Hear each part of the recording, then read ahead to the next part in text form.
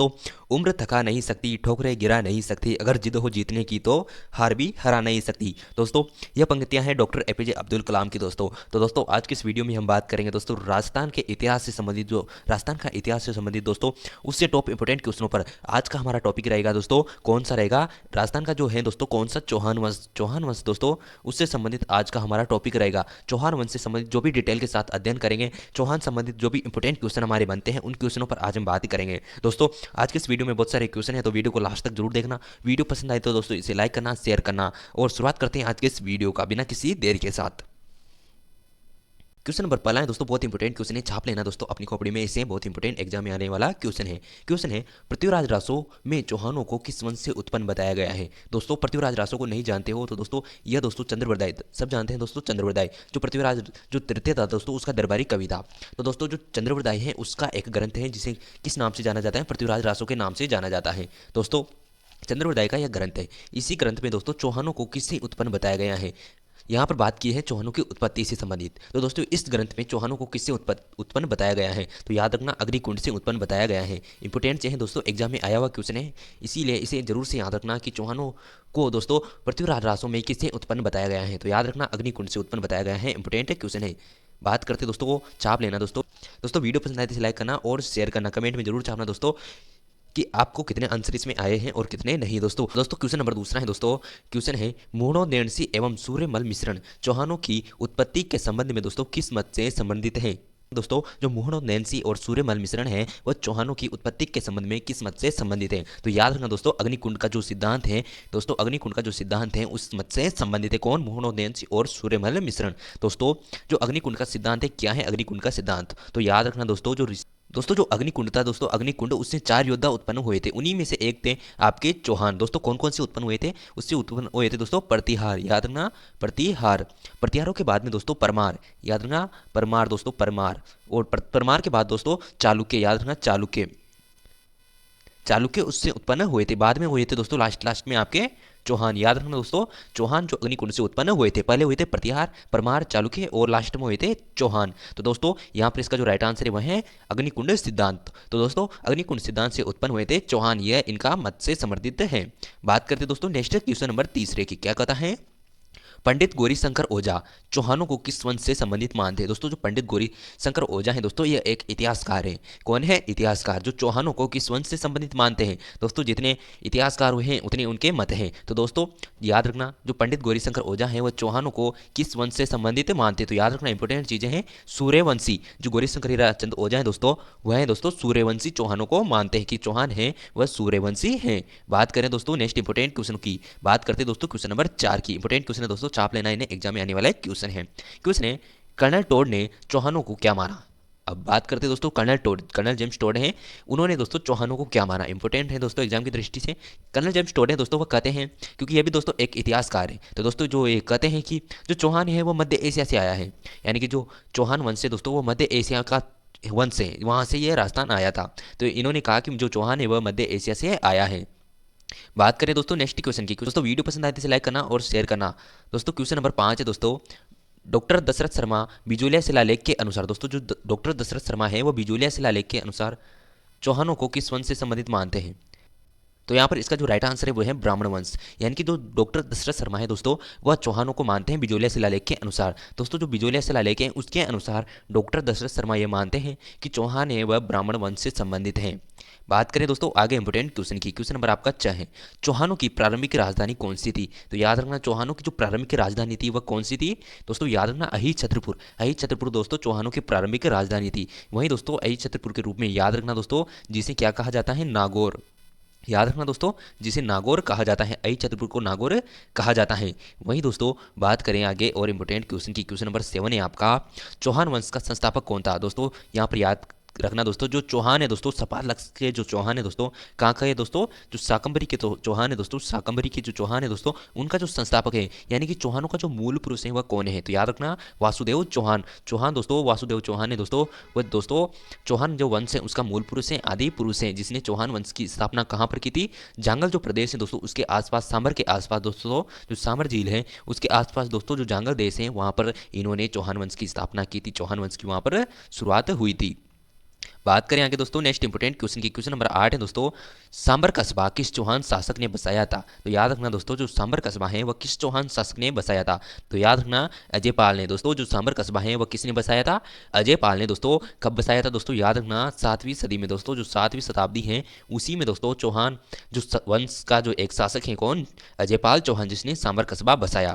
Question की बात करें क्वेश्चन नंबर 9 की, अजय मेरू दुर्ग की स्थापना किस चौहान शासक ने की? तो याद रखना अजय मेरू जो दुर्ग है दोस्तों उसकी स्थापना किस चौहान शासक ने की थी? तो याद रखना अजय पाल ने दोस्तों अजय मेरू दुर्ग की स्थापना की थी, सांबर कस्बा बसाया और अजमेर में अजय पाल दोस्तों जो अजमेर है वहां पर अजय मेरू दुर्ग की स्थापना की थी। बात करते दोस्तों नेक्स्ट क्वेश्चन की, क्वेश्चन नंबर आपका 10 है, बड़ौच में अपनी कुलदेवी दोस्तों आशापुरा माता का मंदिर किस चौहान शासक ने बसाया? यानी कि यहाँ पर एक क्वेश्चन और भी है कि जो चौहान वंश है उनकी कुलदेवी कौन है? तो आशापुरा माता। याद रखना आशापुरा माता दोस्तों इनकी कुलदेवी है। तो दोस्तों जो बड़ौच है वहाँ पर इनका जो मंदिर बना हुआ है वह किस चौहान शासक ने बनाया था? तो याद रखना विग्रहराज सेकंड। विग्रहराज सेकंड ने दोस्तों यह मंदिर का निर्माण करवाया था। बात करें दोस्तों क्वेश्चन नंबर 11 की, दोस्तों वीडियो पसंद आई तो इसे लाइक करना और शेयर करना, कमेंट में जरूर छापना दोस्तों कि वीडियो कैसी लगी। दोस्तों क्वेश्चन नंबर 11 है, विग्रहराज के काल का विस्तृत वर्णन हमें किस अभिलेख से प्राप्त होता है? तो याद रखना जो विग्रहराज है दोस्तों उसका जो विस्तृत वर्णन है वह हमें किस अभिलेख से प्राप्त होता है? तो याद रखना हर्षनाथ अभिलेख से। इंपोर्टेंट क्वेश्चन है दोस्तों एग्जाम की दृष्टि से, हर्षनाथ अभिलेख दोस्तों, हर्षनाथ अभिलेख। बात करें दोस्तों क्वेश्चन नंबर 12 की, क्या है दोस्तों क्वेश्चन नंबर 12 क्वेश्चन है, अजय अजमेर शहर की स्थापना किस चौहान शासक ने की थी? दोस्तों याद रखना जो अजमेर है दोस्तों उसकी स्थापना दोस्तों किस चौहान शासक ने की थी? अजमेर शहर की स्थापना दोस्तों किस चौहान शासक ने की थी? दोस्तों याद रखना जो शहर है उसकी स्थापना की थी आपके कौन ने? राज है दोस्तों, अजय राज, उन्होंने दोस्तों अजय अजमेर की शहर की जो अजमेर शहर है उसकी स्थापना की थी, किसने? अजय राज ने। बात करें दोस्तों नेक्स्ट क्वेश्चन की, क्वेश्चन नंबर 13 है, श्री अजय देव के नाम से दोस्तों चांदी के सिक्के चलाने वाला चौहान शासक कौन था? दोस्तों याद रखना श्री अजय देव के नाम से दोस्तों जो सिक्के थे उन पर क्या लिखा था? श्री अजय देव के नाम से दोस्तों जो चांदी के सिक्के चलाए थे वह किस चौहान शासक ने चलाए थे? तो याद रखना अजय राज ने चलाए थे। अजय राज ने अजय देव के नाम से चांदी के सिक्के चलाए थे। क्वेश्चन ये भी क्वेश्चन आ सकता है दोस्तों कि श्री अजय देव के नाम से दोस्तों जो सिक्के चलाए थे वो किस धातु के बने थे? तो याद रखना यहाँ पर चांदी के बने हुए थे, चांदी के बने हुए थे। किस धातु के बने हुए थे? चांदी के सिक्के बने हुए थे जो अजय राज ने चलाए थे श्री अजय देव के नाम से। दोस्तों इस अजय राज की पत्नी ने भी दोस्तों जो रानी थी उसने भी अपने नाम से सिक्के चलाए थे। बात करें दोस्तों क्वेश्चन नंबर 14 की, दोस्तों अना सागर झील का निर्माण चौहानों के कौन से शासक ने करवाया था? दोस्तों जो अना सागर झील है दोस्तों उसका निर्माण चौहानों के किस शासक ने करवाया था? याद रखना दोस्तों अर्णोराज ने दोस्तों इस झील का निर्माण करवाया था। किसने करवाया था? अर्णोराज ने इस झील का निर्माण करवाया था। दोस्तों बात करें क्वेश्चन नंबर 15 की, दोस्तों पुष्कर के वराह मंदिर का निर्माण किस चौहान शासक ने करवाया था? तो याद रखना दोस्तों जो पुष्कर में वराह मंदिर है दोस्तों वह किस चौहान शासक ने करवाया था? तो याद रखना इसका जो राइट आंसर है वो छाप लेना दोस्तों, अर्णोराज। कौन है दोस्तों? अर्णोराज, जिसने दोस्तों पुष्कर में वराह मंदिर का निर्माण, किस मंदिर का दोस्तों? वराह जो मंदिर है दोस्तों उसका निर्माण करवाया था, वराह मंदिर का निर्माण करवाया था। लेकिन दोस्तों यहाँ पर याद रखना जो अर्णोराज है दोस्तों वह शैव मत से संबंधित थे, यानी कि यह शिव की पूजा करते थे, भगवान शिव की पूजा करते थे। लेकिन दोस्तों अन्य जो भी भगवान थे उनको भी यह मानते थे, इसीलिए इन्होंने वराह मंदिर का निर्माण पुष्कर में करवाया। बात करें दोस्तों क्वेश्चन नंबर 16 की, दोस्तों क्वेश्चन है ललित विग्रह राज नाटक की रचना किसने की? दोस्तों जो ललित विग्रह राज नाटक है दोस्तों उसकी रचना किसने की? तो यहाँ पर याद रखना दोस्तों जो विग्रह राज है दोस्तों, विग्रह राज दोस्तों उन्होंने दोस्तों विग्रह राज चतुर्थ ने दोस्तों ललित विग्रह राज नाटक की रचना की थी। दोस्तों यह शासक भी थे और यह कवि भी थे। बात करें दोस्तों क्वेश्चन नंबर 17 की, कवि बांधव की चौहान शासक को कहा जाता है? दोस्तों यहाँ पर याद रखना जो कवि बांधव दोस्तों वह किस चौहान शासक को कहा जाता है? तो इंपोर्टेंट क्वेश्चन दोस्तों विग्रहराज चतुर्थ। जो विग्रहराज चतुर्थ है दोस्तों उन्हें कवि बांधव कहा जाता है। क्यों कहा जाता है दोस्तों? याद रखना क्योंकि दोस्तों जो विग्रहराज चतुर्थ है दोस्तों उन्होंने अपने दरबार में दोस्तों महान महान जो कवि थे उनको शरण दी हुई थी, यानी कि इनके दरबार में जो महान कवि थे वह निवास करते थे, रहते थे, उनकी शोभा बढ़ाते थे, इसीलिए कवि को दोस्तों कवियों का भाई भी कहा जाता है, कवि बांधव कहा जाता है। बात करें दोस्तों क्वेश्चन नंबर 18 की, हरि के लिए नाटक की रचना किसने की? तो याद रखना दोस्तों हरि के लिए नाटक दोस्तों उसकी रचना दोस्तों किसने की? तो याद रखना यहाँ पर राइट आंसर है विग्रहराज चतुर्थ ने दोस्तों हरि के लिए नाटक की रचना की थी। दोस्तों बात करें क्वेश्चन नंबर 19 की, दोस्तों अजमेर में संस्कृत पाठशाला का निर्माण किसने करवाया था? दोस्तों जो अजमेर है वहाँ पर संस्कृत जो पाठशाला है उसका निर्माण विग्रहराज चतुर्थ ने करवाया था। दोस्तों यहाँ पर एक क्वेश्चन और है कि जो अजमेर में जो संस्कृत पाठशाला है दोस्तों उसे तोड़वा कर 2.5 दिन का झोपड़ा किसने बनवाया था? तो याद रखना दोस्तों उसका आंसर आपको वीडियो में मिलेगा, तो वीडियो को लास्ट तक जरूर देखना। दोस्तों क्वेश्चन है 20, कुतुबुद्दीन ऐबक ने अढ़ाई दिन के दोस्तों झोपड़े में किसे परिवर्तित कर दिया? तो याद रखना संस्कृत जो पाठशालाएं हैं उसे अढ़ाई दिन के झोपड़े में परिवर्तित कर दिया। बात करें दोस्तों क्वेश्चन नंबर 21 की, बिसलपुर बांध का निर्माण किस चौहान शासक के समय हुआ था? तो इंपॉर्टेंट चीजें दोस्तों, एग्जाम में आने वाला क्वेश्चन है और एग्जाम में आया हुआ क्वेश्चन है दोस्तों। विग्रहराज चतुर ने दोस्तों बिसलपुर जो बांध है उसका निर्माण करवाया था। नेक्स्ट क्वेश्चन है दोस्तों क्वेश्चन नंबर 22 है, विग्रहराज दोस्तों, यहाँ पर विग्रहराज चतुर्थ याद रखना दोस्तों, विग्रहराज चतुर्थ। दोस्तों विग्रहराज चतुर्थ के काल में चौहानों का किस काल के रूप में याद किया जाता है? तो दोस्तों जो विग्रहराज चतुर्थ का काल है दोस्तों उससे चौहानों के स्वर्ण युग के रूप में जाना जाता है, स्वर्ण युग के रूप में उन्हें जाना जाता है। दोस्तों बात करें दोस्तों आगे इंपोर्टेंट चीज़ों पर, दोस्तों क्वेश्चन नंबर अगला है, चौहान वंश के अंतिम प्रतापी सम्राट कौन थे? तो याद रखना चौहानों के जो अंतिम प्रतापी सम्राट थे, शाकंभरी के चौहान, अजमेर के चौहानों में सबसे अंतिम जो दोस्तों सम्राट थे दोस्तों प्रतापी, वह थे आपके पृथ्वीराज चौहान तृतीय दोस्तों, जिनके साथ तराइन का युद्ध हुआ था। क्या कौन सा युद्ध हुआ था दोस्तों?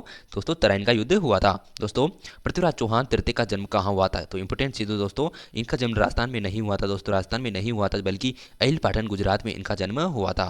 दोस्तों क्वेश्चन नंबर अगला है, क्वेश्चन नंबर 25 है, पृथ्वीराज चौहान तृतीय कितने वर्ष की उम्र में दोस्तों ये राजा बन गए थे? याद रखना दोस्तों, पृथ्वीराज चौहान तृतीय दोस्तों वह 11 वर्ष की उम्र में दोस्तों ये राजा बन गए थे, शासक बन गए थे। दोस्तों इनके जो पिता थे दोस्तों वह थे दोस्तों सोमेश्वर। याद रखना दोस्तों, कौन थे दोस्तों? इनके जो पिता थे दोस्तों वह थे सोमेश्वर, जो कि युद्ध में मारे गए थे, इसीलिए दोस्तों इन्हें 11 वर्ष की उम्र में शासक बना दिया गया था।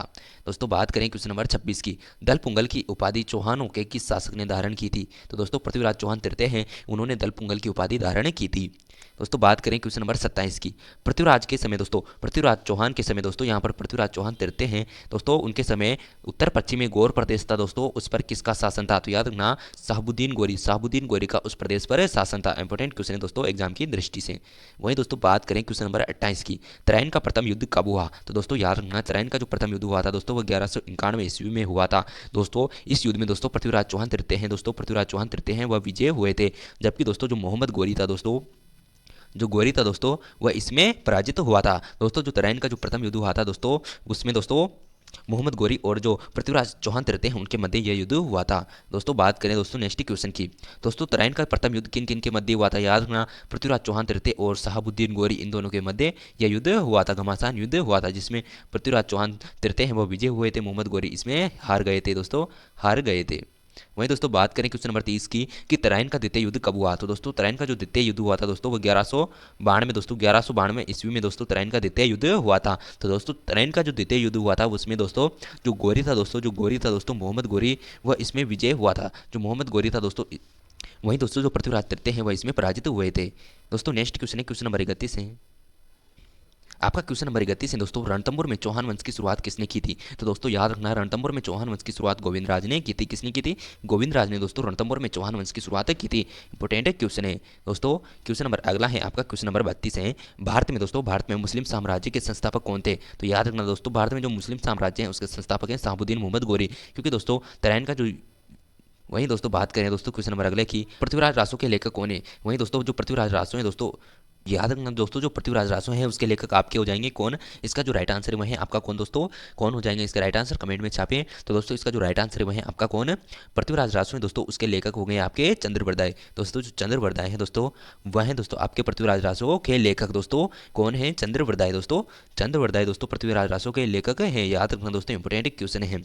वहीं दोस्तों बात करें दोस्तों क्वेश्चन नंबर अगले की, दोस्तों 1301 दोस्तों 1301 ईस्वी में अलाउद्दीन खिलजी ने रणथंभौर पर आक्रमण किया, उस समय रणथंभौर के शासक कौन थे? दोस्तों याद रखना दोस्तों 1301 ईस्वी में अलाउद्दीन खिलजी ने रणथंभौर पर आक्रमण किया था, उस समय दोस्तों रणथंभौर के जो शासक थे वह अमीरदेव चौहान थे। वहीं दोस्तों इंपोर्टेंट है कि 1301 ईस्वी में दोस्तों जो 1301 ईस्वी है दोस्तों उसमें राजस्थान का प्रथम शाखा भी हुआ था, तो दोस्तों उस पर भी बात करेंगे। दोस्तों जालौर का प्राचीन नाम क्या मिलता है? तो याद रखना जालौर का जो प्राचीन नाम है वह जाबालीपुर हमें मिलता है। दोस्तों बात करें नेक्स्ट क्वेश्चन की, दोस्तों स्वर्णगिरी किस किले को कहा जाता है? दोस्तों स्वर्णगिरी दोस्तों जालौर के किले को कहा जाता है। वहीं दोस्तों स्वर्णगिरी की बात करें, दोस्तों स्वर्णगिरी की बात करें तो जैसलमेर के दुर्ग को कहा जाता है, जैसलमेर के दुर्ग को कहा जाता है। दोस्तों बात करें नेक्स्ट क्वेश्चन की, दोस्तों अलाउद्दीन खिलजी ने 1308 ईस्वी में दोस्तों सिवाना दुर्ग पर आक्रमण कर उसका नाम क्या रख दिया? तो याद रखना दोस्तों खैराबाद उसका नाम रख दिया था। वहीं दोस्तों नेक्स्ट क्वेश्चन है, क्वेश्चन नंबर अगला है, अलाउद्दीन खिलजी ने सिवाना दुर्ग को जीतने के बाद उसका जो दुर्ग रख सकें वह किसे नियुक्त किया था? तो याद रखना कमालुद्दीन गुर को दोस्तों, कमालुद्दीन गुर को उस दुर्ग का संरक्षक नियुक्त कर दिया था। बात करें दोस्तों नेक्स्ट क्वेश्चन की, क्वेश्चन नंबर अगला है, कानड़ देव सोनगरा और उसकी पुत्र वीरमदेव किस युद्ध में वीरगति को प्राप्त हुए थे? तो याद रखना 1311 ईस्वी में दोस्तों अलाउद्दीन ने जब जालौर पर आक्रमण किया था, तो उसी युद्ध में दोस्तों जो सोनगरा है और दोस्तों वीरमदेव है वह युद्ध में वीरगति को प्राप्त हुए थे। वहीं दोस्तों बात करें नेक्स्ट क्वेश्चन की, नाडोल के चौहान शाखा के संस्थापक कौन थे? तो दोस्तों जो नाडोल है उसके चौहान शाखा है उसके संस्थापक थे आपके लक्ष्मण चौहान। याद रखना इंपोर्टेंट क्वेश्चन है लक्ष्मण चौहान। दोस्तों नेक्स्ट क्वेश्चन है, सिरोही में चौहान वंश की किस शाखा का शासन था? तो दोस्तों जो सिरोही है उसमें चौहान वंश की किस शाखा का शासन था? तो दोस्तों याद रखना देवड़ा शाखा का वहाँ पर शासन था। तो दोस्तों एक क्वेश्चन है कि दोस्तों 1301 ईस्वी में दोस्तों राजस्थान का दोस्तों एक जो प्रसिद्ध शाखा हुआ था, राजस्थान का जो पहला शाखा था दोस्तों वह कहाँ पर हुआ था? पहला जो शाखा था दोस्तों वह हुआ था आपका कहाँ पर? रणथंभौर में हुआ था। रणथंभौर में वह हुआ था दोस्तों हमीरदेव चौहान के समय। तो दोस्तों यदि आज की इस वीडियो पसंद आती है तो लाइक करना, शेयर करना और मिलते हैं नेक्स्ट वीडियो में। तब तक के लिए जय हिंद, जय भारत।